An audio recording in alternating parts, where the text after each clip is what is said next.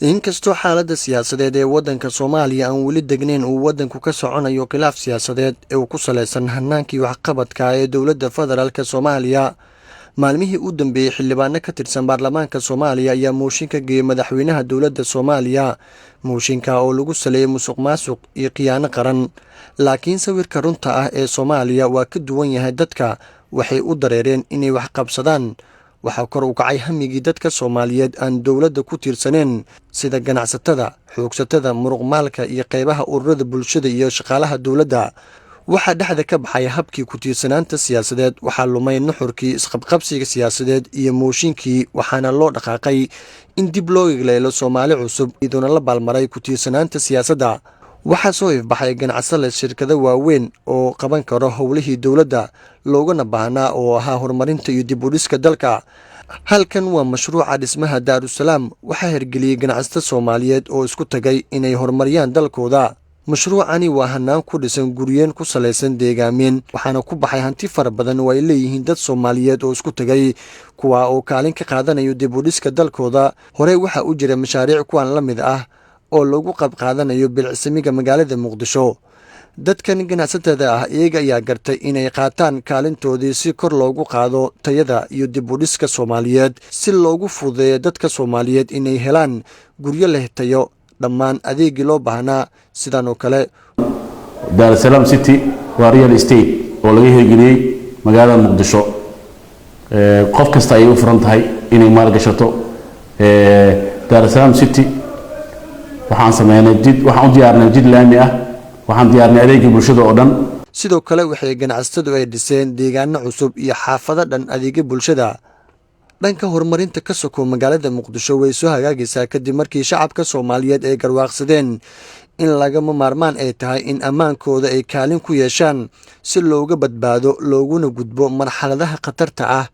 dadka ayaa habeenkii socdaan, waxaa la helaa adeegga bulshada oo dhammaystiran. marxaladani waxay ka duwan tahay tii hore. magaalada Muqdisho ee caasimadda Soomaaliya waxaa ka jiro koronto ku filan 24 saac, biyo ku filan iyo cisbitaallo ku filan. dadka iyo gaadiidka dadweynaha oo iskaga goosaya degmooyinka magaalada Muqdisho. degmooyinka magaalada Muqdisho oo dhan gaadiidka waxa uu socon jiray maalintii oo keliya, laakiin hadda waxa uu socdaa ilaa habeenkii xilli dambe. goobtan waa mid ka mid ah maqaayadaha waaweyn ee ku yaala xeebta Liida ee ku taala degmada Cabdicasiis ee magaalada Muqdisho. maqaayadani waxay furan tahay habeenkii ilaa 12 saac ee saq dhexe ee habeenkii. waxaa ku caweeyay qoysas iyo saaxiibo u soo casho doonto. mar uu TV-ga caalamiga Universal u buuqday ayaan weydiiyey qaar ka mid ah dareenkooda sida uu yahay. aad iyo aad ayaan ugu faraxsanahay, aadna waan ugu helay runtii nabadda, waxyaabaha wanaagga ah oo ay ka shaqaynayaan. sidoo kale waxyaabaha aan kula kulmay halkan ee horumar kale magaalada Muqdisho beriya aan joogay, walow aan magaalooyin badan aan soo maray oo Afrika iyo qaybo kale leh. aad iyo aad ayay runtii farxad iigu tahay.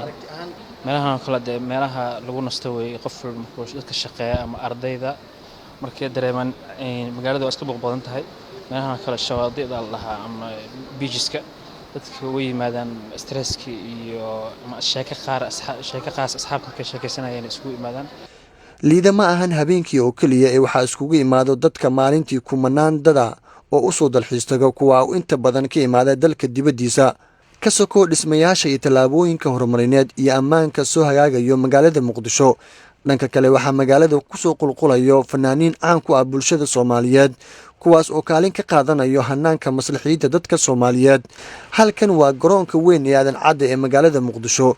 waxaa ka soo degay fanaanka Nimcaan Hilaac si uu ugu qayb qaato bandhig faneed.